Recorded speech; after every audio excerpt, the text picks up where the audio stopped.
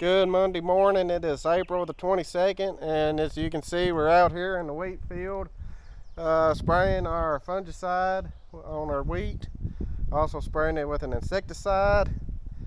So he's done run about 30 acres this morning, and he's working his way around this farm. This is the Grand Canyon farm, or Green Valley. Back over there is where we built them 3 huge basins, but out here, this is what we call the front field. It's a pretty nice field, and this is the first wheat that we had sold. We sold at Co-op Slangit and worked it in with the disc and crumbler, and it looks pretty good. Got some pretty decent heads on it. You can see right there we're starting to flower. So just give you a comparison, almost as long as my hand. It got down really cold last night. 35 I think was the low, so I don't know how that's going to affect the wheat or the corn that we got up, so only time will tell. And this wheat may surprise us. You never know until you put that combine in it, and when you get them tickets, you'll know what it made. We are running 2 products this year. The good old Miravis Ace, or Miravis Ace, whatever you want to call it. And then we got some good old faithful Prosaro Pro. Gonna run them. Gonna run about one on about half the acres and on the other. So also there's our insecticide Grizzly 2, which I think is just a lambda-cide. Yeah, lambda-cide. And our Master Lock from Winfield, which is designed to be sprayed with fungicide. You can spray regular interlock, but I think the Master Lock is designed especially to run with fungicides. But he should be about out. We'll mix up another load here and keep on keeping on.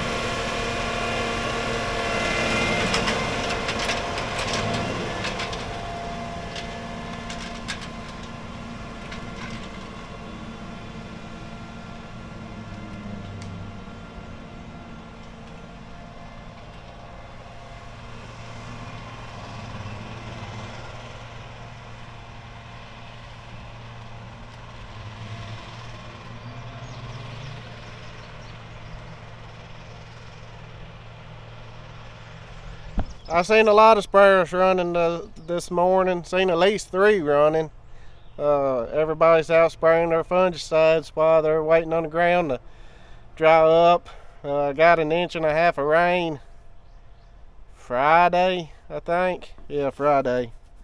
So I'll be able to run today, but the sun came out yesterday and the wind blew, and I dried this ground out pretty fast. So maybe tomorrow we'll be able to get back on the planter and get back to planting. I think we're about 1/3 done planting corn, so still got a long way to go though.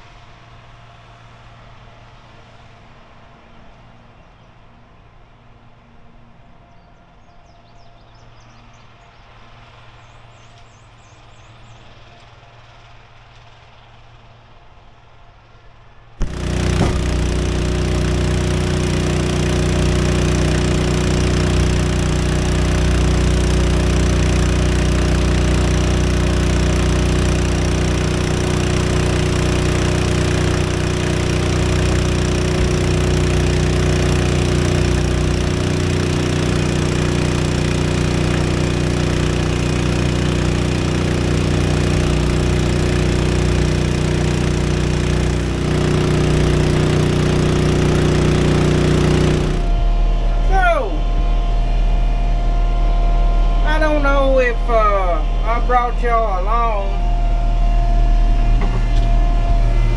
when we palisaded this wheat, but I'm over here fungiciding it today.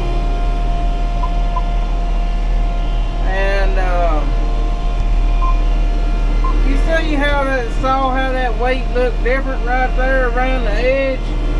Well, I just made a circle around this field with palisade. I didn't palisade the whole field.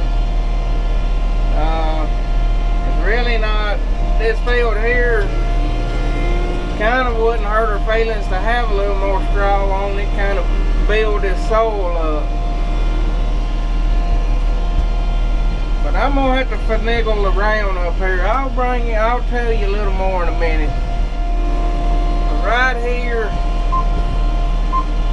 look down that fence row there and you can see how that wheat changes colors. It's where I was sprayed around the field and then didn't do the center.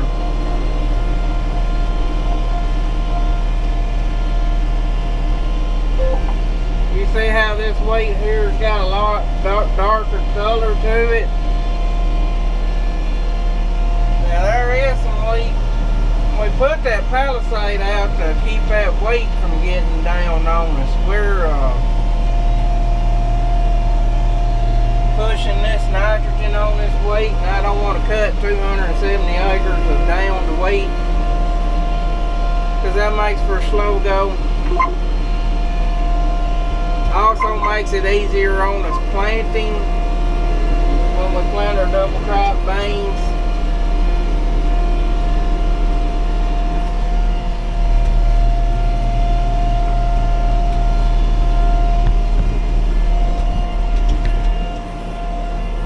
I'll just get out and show you.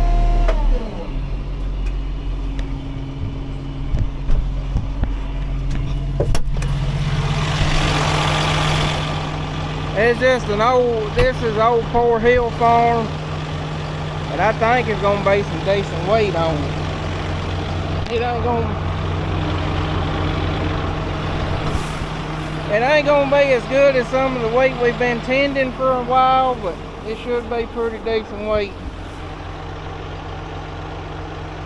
Give you a comparison for the head size. About 50% flowering, right where we want to be for fungicide application. But don't let anybody tell you that palisade won't shorten wheat up, because it will. A lot of people says it just that it just thickens the stems, but it's hard to tell on this camera. But this wheat is, this untreated wheat versus the treated wheat. The treated wheat is visually shorter, and that's what we're wanting, not to have to run as much material through the combine. This is a mix of wheat I've been planting a couple of years. It's got 2 varieties in it. I've had really good results doing that, and you can really tell a lot of that one variety's really sticking up taller than the other one. And that's still the case over here, but it's not nearly as noticeable.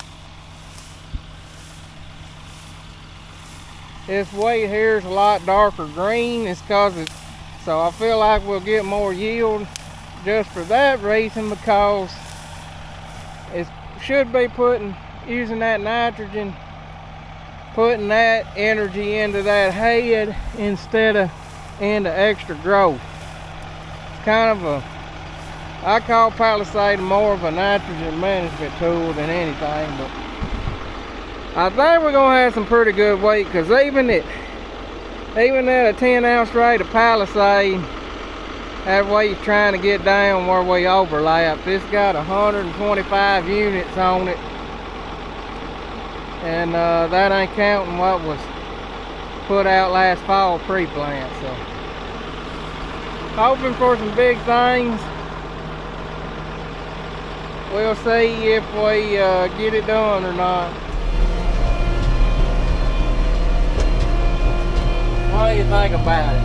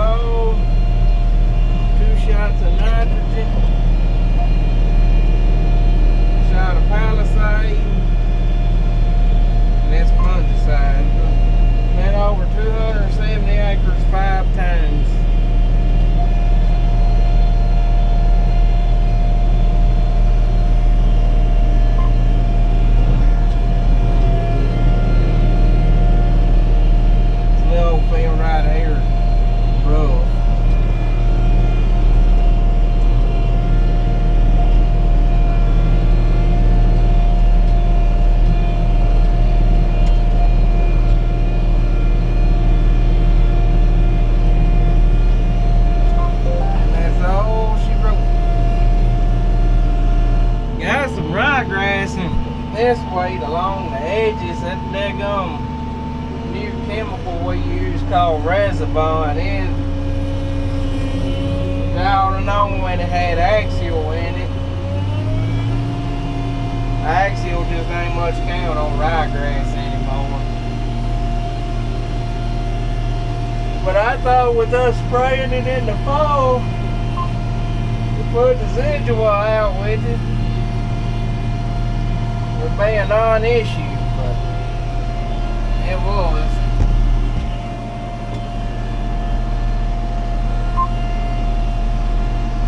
Right there she is.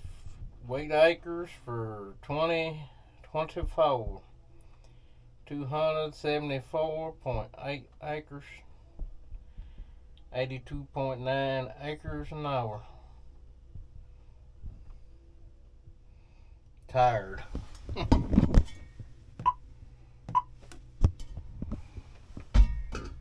See what we are for the year. 1,863 acres for the year.